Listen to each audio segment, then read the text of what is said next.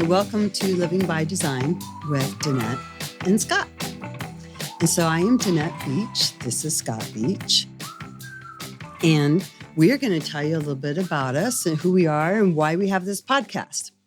So first of all, let's interview Scott. So, Mr. Scott, can you please tell me, how long have you been in the whole design business? What brought you into this world? When did you begin? Well, my path in design has been non-traditional. So often people think about, hey, I want to be an architect or an interior designer, and they begin in college. And then they just take natural steps forward and get a job in a design firm or something like that, or textile, and have varying of their journey. I began in design from a craftsman standpoint. Little did I know it. As creative as I was as a teenager, I began just when I was 15, 16, as a painter. And you think, well, what does this have to do with design? Well, here I was learning all about color and proportion, portion, and the very facets of how space goes together. While other kids were flipping burgers and fries, I'm learning about moldings and floors and parts of doors and things that are very architectural. I didn't intend to become a designer. At that time, I thought, well, I'm going to go and become a lawyer or a professional in some regard like that. But I found great satisfaction in doing that work. And I really attuned my craftsmanship to and elevated that very quickly.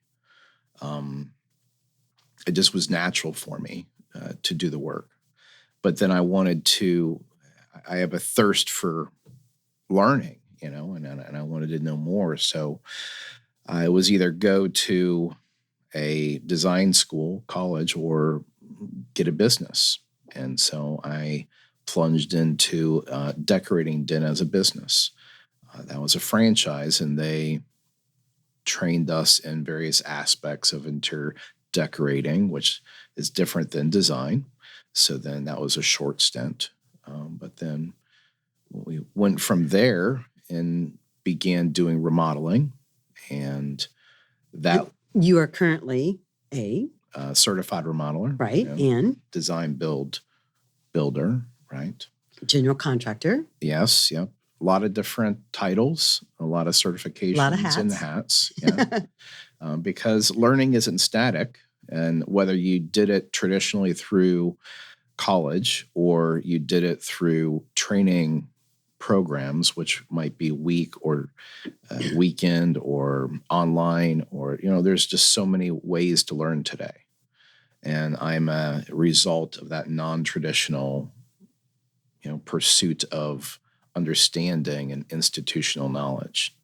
You definitely didn't just wake up and become a designer. It's been a long road, and I've acquired a lot of that understanding from many, many places. Well, I remember having a conversation with your parents, and your mom would tell me a story about how when you were little, you were always taking things apart and putting them back together again. You've always had a desire to learn what makes something tick and then how to fix it and make it better. Well, Dad would say that I never got it back together. And I did quickly learn the value of tools, because what takes it apart does not reassemble it. It's much easier to demo a bicycle than it is to reconstruct it. And I would say, Dad, if I could only have this wrench, can you buy me this wrench? And he's like, well, you took it apart. I didn't know that I couldn't get it back together. So, yeah. Oh, that's funny. That's really funny. So, all right. Well, thank you for sharing all of that. Well, and tell us how you came about being a designer? Oh, my story. Okay, so my parents were contractors. My mom and dad built homes, and so mom was the one always choosing colors for the homes. And so I helped mom with that. Dad was the builder, always building, but they did that together, which was really great. And but then years on, I got into the whole. I didn't know. I haven't always been doing this. I started off in the whole wellness and holistic world is what I started off in. And so I have several, my backgrounds in that with several certifications. And then coming into the builder remodeler world, right? Bringing all of that wealth of information into this world to help create better spaces. And why? Why would we want to do that? Because it's so important that we have wellness in our homes, that we surround ourselves with things that would support the humans that live there. And going into many homes as we remodeled homes and, built homes and the things that we've done, we have met people who have suffered because there's mold in their homes and have gotten extremely, extremely sick and ill. And people who also feel very crowded in their homes. So redesigning that, opening up the spaces to create more space to help people feel like they can breathe, and then the air quality and et cetera, et cetera. But so how I got into it was basically bringing my background from the holistic wellness world into the design world and creating spaces that make sense, not only with biolific design, but as well as like sustainability and using color. Color is very big. I'm very big into color. I love color. Mm-hmm.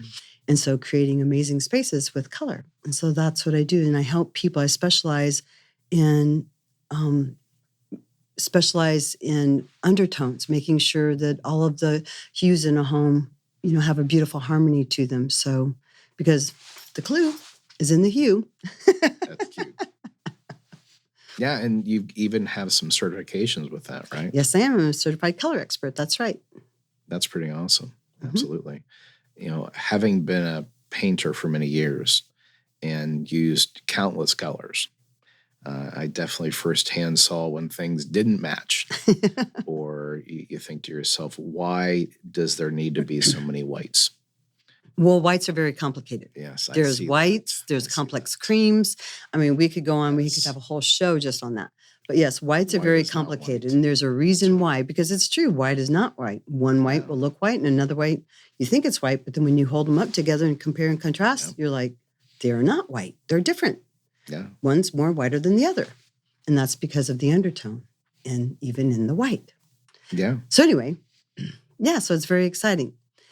So I want to know, what is your favorite thing? Tell me your favorite thing to do in your pastime. And then we'll get into like how we came together and what we've learned and things like that. Wow. Favorite thing to do in my pastime. I love to create stuff. If things I really enjoy that isn't just a chore and busy work is things where I'm creating a space for us and ourselves. Mm-hmm.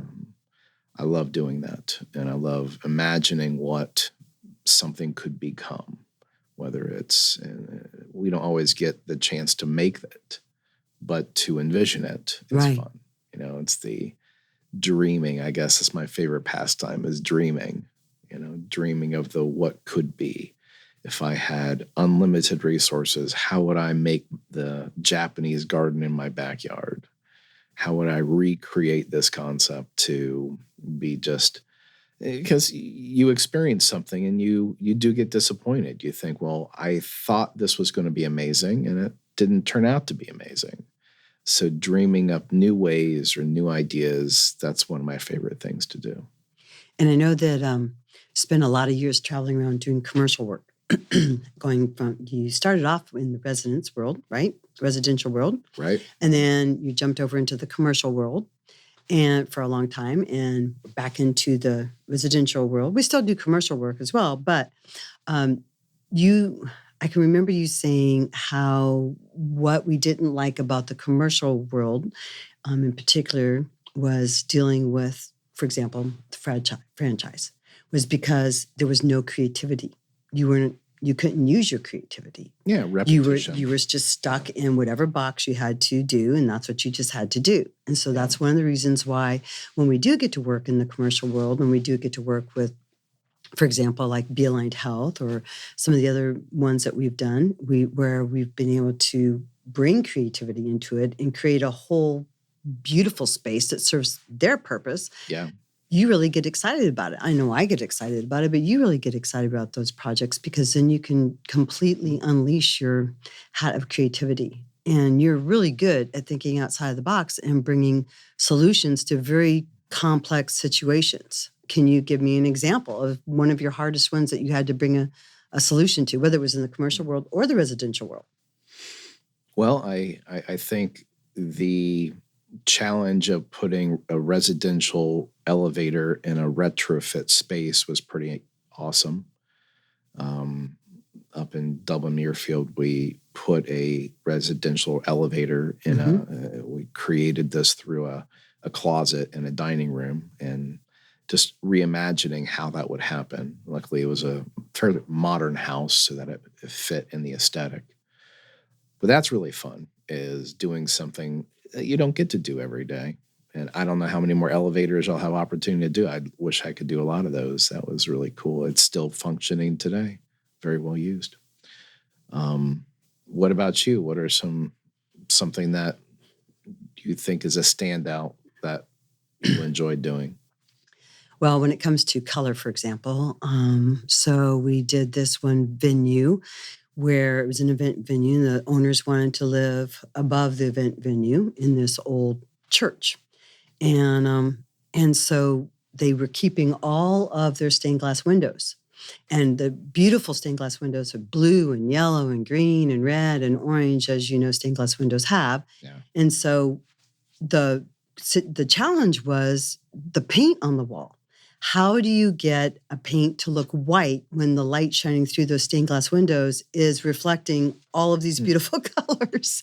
And so, that was a challenge, but that was a really great challenge. And I love that because it really allowed me to use my skills in finding the right white that would actually reflect all of those undertones and color, hues so that it would work well and not be too gray, not be too yellow, not to be too blue.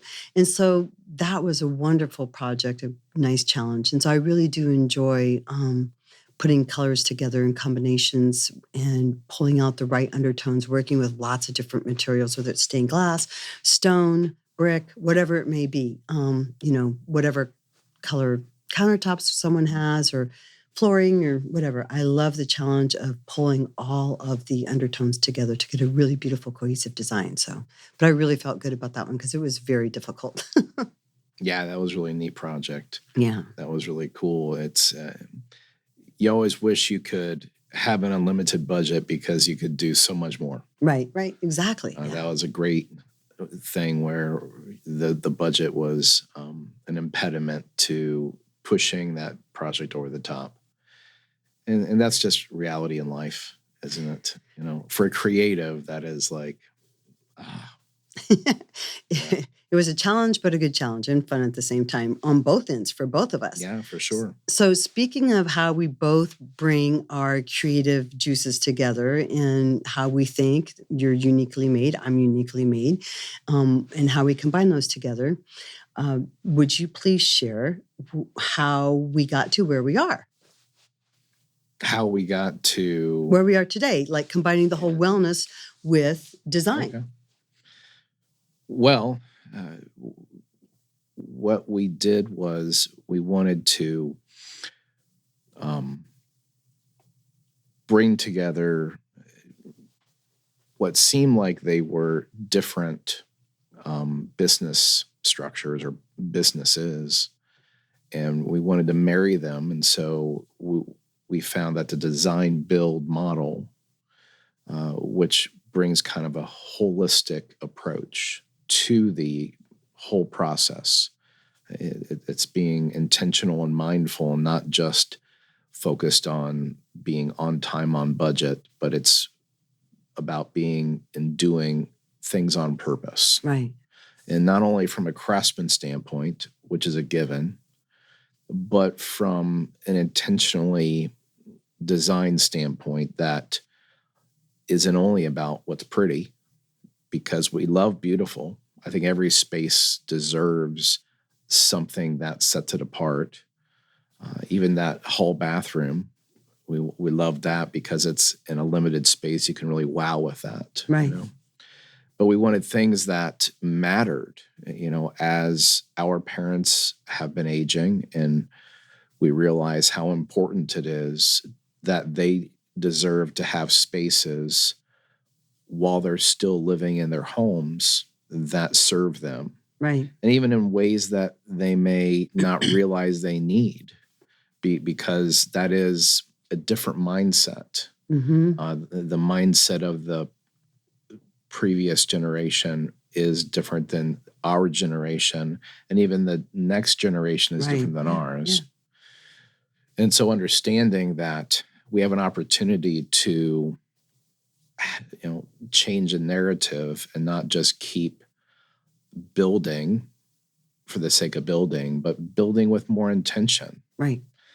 And it's not just, hey, let's, remodel kitchens and baths and whole houses and new room additions. It's exactly how we're doing that. Is it a race to have the best price, or is it stepping back and saying, we could do this differently? And really, there's not a lot of people doing it. So that's how we began to marry that. What are your thoughts on how we did this? Well, I would agree. We were creating beautiful spaces before, whether it was commercial or residential. But as we began working with people, heck, even ourselves, I've had some health issues that I've had to deal with, my feet and stuff, which put me in a wheelchair for a little while, right? And so having those considerations in our own home, we began to look at how people were living in place in their homes. And as one of our clients named it, which I love, aging in style. That's right. I love that. I love the fact that she coined that. Yeah, I want to age in style. I know, right? Just age.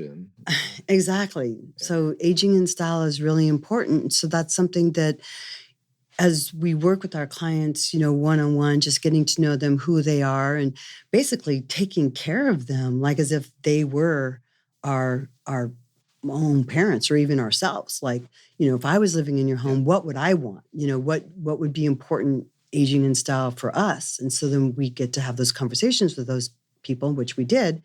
And so that's really what began the whole push, in my opinion, as to how we began to just become a wellness, design build company, which is really important. So in every single aspect. Mm-hmm.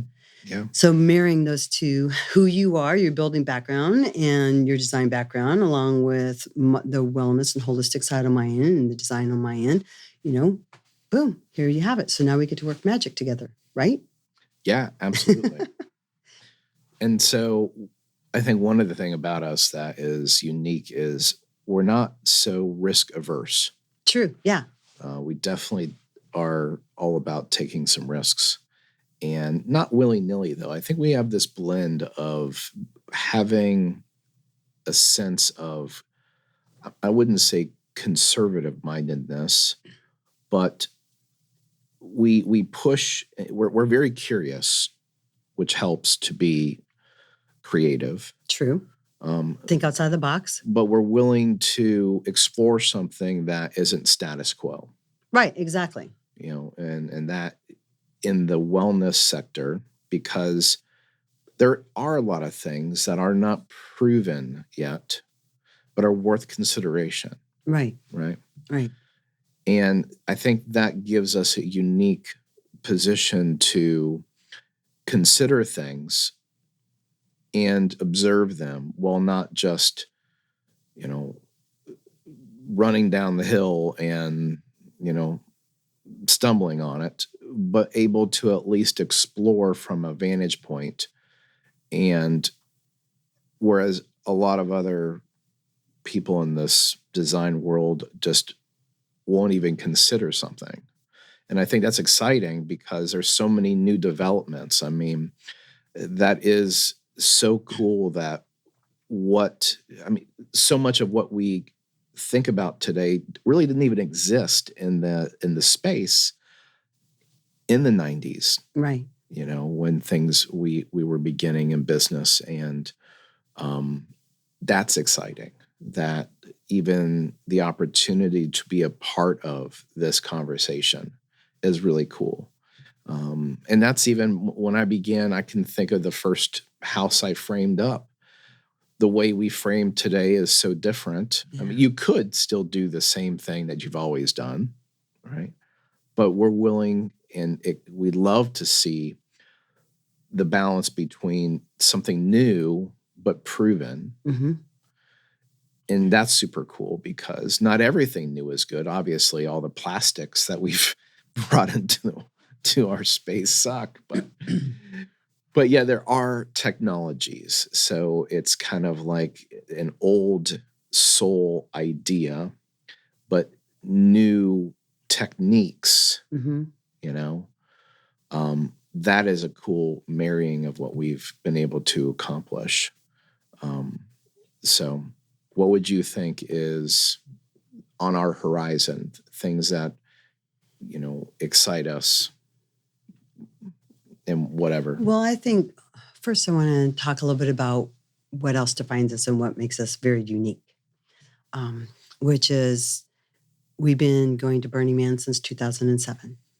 And the principles of Burning Man, leave no trace, etc., and all those things really help to redefine the way we think and design and etc. Because we value sustainability. We look for products that are sustainable, that are really good for the earth, so that we're not contributing back in more toxins back into the earth and things like that.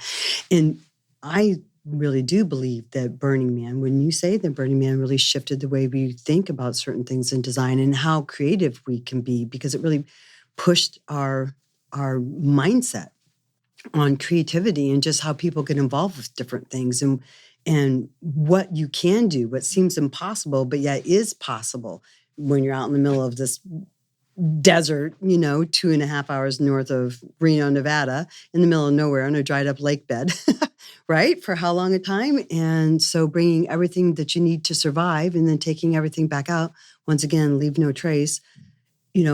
What we did there as what every camp does there, right? Whether you're a participant or you have your own camp or whatever it may be. But the requirements of that, of leave no trace, being mindful of the water, having, that gratitude and mindset of giving, and really, what is your purpose? I think that really shifted the way we go about a lot of our design and just how we relate to our clients as well. What do you think?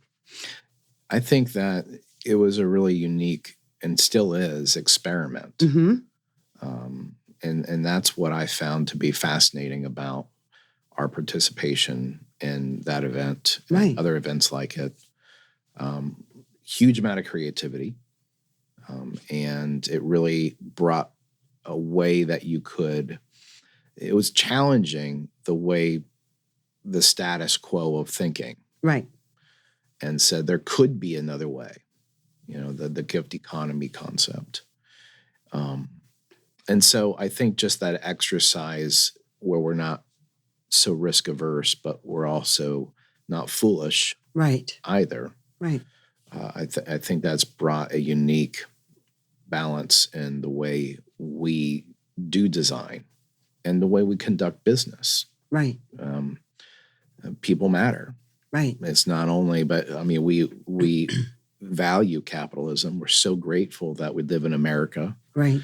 And we have incredible opportunity, and we should really respect this and the people that make up this amazing, society. And so I think there was a lot of things that were challenging in that era or that time. And I think it was pretty cool. Yeah. Yeah. How would you say that our podcast is going to benefit its listeners? What are we really doing here?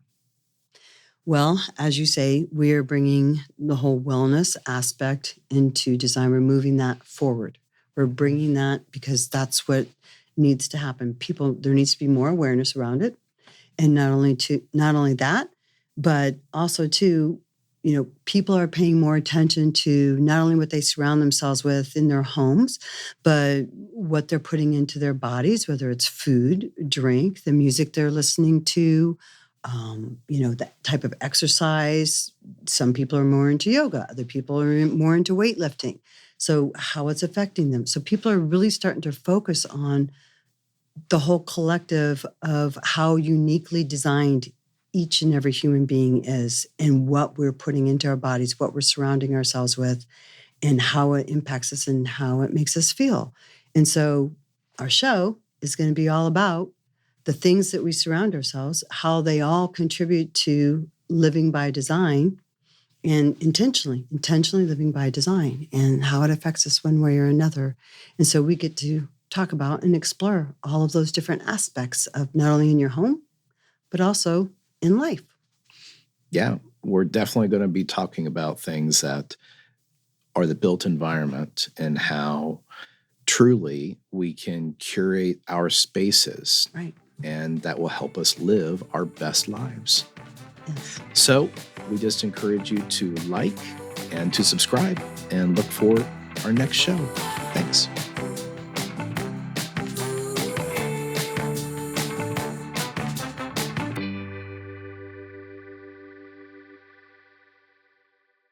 Boxland Media. Think big.